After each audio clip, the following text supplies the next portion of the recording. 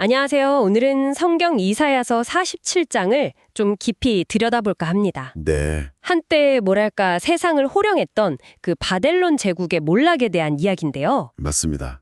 아주 강력했던 제국이죠. 그렇죠. 영광의 정점에서 그냥 순식간에 티끌로 내려앉는 그런 극적인 장면으로 시작하는데요. 이게 오늘날 우리에게도 뭔가 생각할 거리를 던져주는 것 같아요. 네, 맞아요. 그 1절 시작부터가 굉장히 강력하죠. 처녀딸 바벨론이여 내려와서 티끌에 앉으라. 처녀딸 바벨론. 이게 무슨 의미가 있는 표현인가요? 당시에는 도시나 국가를 좀 순결하고 정복되지 않을 존재처럼 의인화해서 부르곤 했어요. 난공불락이다. 뭐 이런 느낌? 그렇죠.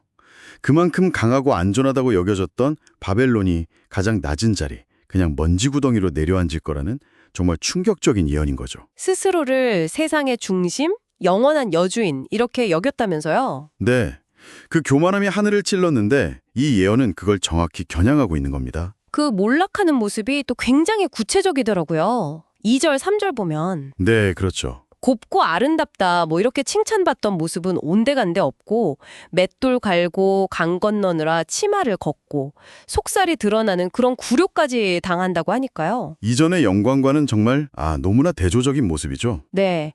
근데 이렇게까지 극적으로 추락하게 된 이유, 그게 뭘까요?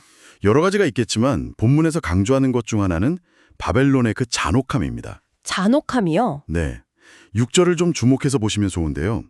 하나님께서 낭신 백성, 그러니까 이스라엘을 징계하시려고 잠시 바벨론 손에 넘기셨는데 잠시 맡기신 거군요. 네, 그런데 바벨론은 그들을 긍휼히 여기지 않았다는 거예요. 특히 늙은이에게 네 멍에를 심히 무겁게 메웠다. 이 구절은 정말 그 무자비함을 딱 보여주는 대목이죠. 주어진 권한 이상으로 너무 가혹하게 굴었다. 이런 거군요. 맞습니다. 도를 넘은 거죠. 그게 심판의 아주 중요한 이유가 됐다는 점을 여러분께서 기억하시면 좋겠습니다. 힘에 취해서 선을 넘었다는 거네요. 게다가 스스로에 대한 믿음이 정말 대단했던 것 같아요. 그렇죠. 7절에서는 내가 영영이 여주인이 되리라 이렇게 장담하고요. 네, 8절 2장 10절 보면 나뿐이라 나 외에 다른 이가 없도다. 나는 과부로 지내지도 않고 자녀 잃는 일도 모를 거다. 이렇게 자신만만하잖아요. 네네. 이런 자신감, 어떻게 보면 오만함인데 이게 결국 스스로를 무너뜨린 거네요. 바로 그 점이 또 흥미로운 포인트인데요.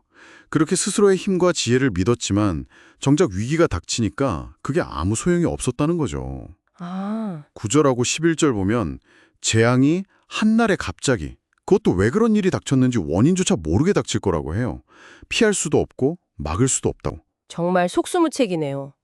특히 의지했던 것들이 허무하게 된다는 게 좀 인상 깊었어요. 네. 바벨론이 뭘 의지했는지 보면 더 명확해지는데요. 그게 혹시 12절 13절에 나오는 그 주술이나 점성술 이런 건가요? 맞습니다. 당시에는 그게 국가의 중대사를 결정하는 굉장히 중요한 지혜책이었거든요. 별을 보고 점을 치고. 그렇죠. 최첨단 기술 같은 거였겠죠, 그 시대에는. 그런데 예언은 아주 명확해요. 13절에서 그 수많은 조언자들이 너를 구원 못한다. 이렇게 말하고요. 네. 14절에서는 아예 그 점성가들 스스로가 촉에 같다. 그러니까 마른 풀 같아서 불에 타버릴 거고 자기 몸 하나 구원하지 못할 거라고 하죠. 와, 그 불이 심지어 몸을 덮일 숯불도 못 된다는 표현까지 있더라고요. 네, 맞아요. 그만큼 철저하게 무력해지고 재앙이 클 거라는 거죠. 의지했던 지혜, 동맹들, 15절까지 다 흩어지고 구원자가 없을 거다. 이렇게 선언하는 겁니다. 믿었던 모든 것들이 그냥 한순간에 신기루처럼 사라져버린다는 거군요. 그렇죠. 결국 이 이사야 47장은 스스로 영원할 거라고 믿었던 그 교만한 권력의 끝이 얼마나 허망한지, 그리고 인간의 지혜나 힘이라는 게 얼마나 한계가 뚜렷한지를 보여주는 정말 강력한 메시지인 것 같습니다. 네, 맞습니다. 이렇게 화려했던 제국이 갑자기 무너지는 모습은 오늘날 여러분께도 좀 시사하는 바가 클 것 같아요. 그렇습니다. 이 오래된 경고를 오늘 우리 현실에 좀 비춰볼 필요가 있다고 생각해요. 어떤 식으로요? 예를 들어 여러분께서 지금 경험하고 계시는 사회 시스템이나 아니면 굉장히 막강해 보이는 기술, 또 견고해 보이는 어떤 권력 구조 같은 것들 있잖아요. 네네. 그 안에도 혹시 우리가 놓치고 있는 교만함이나 아니면 뭔가 잘못된 것에 대한 의존 같은 건 없을까?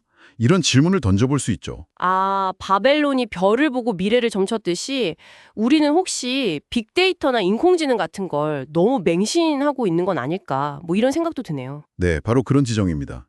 그 안에 숨겨진 오류나 한계를 우리가 혹시 보지 못하고 있는 건 아닌지. 영원할 것 같은 것들에 대해 다시 한번 생각해 보게 되네요. 네. 이 이야기는 우리한테 정말 절대적이라고 믿는 것들이 과연 영원한가? 이런 근본적인 질문을 던져줍니다. 혹시 우리 시대의 바벨론은 뭘까? 그리고 그 기반은 과연 튼튼할까? 한 번쯤 여러분 스스로 성찰해 볼 만한 그런 지점이라고 생각합니다.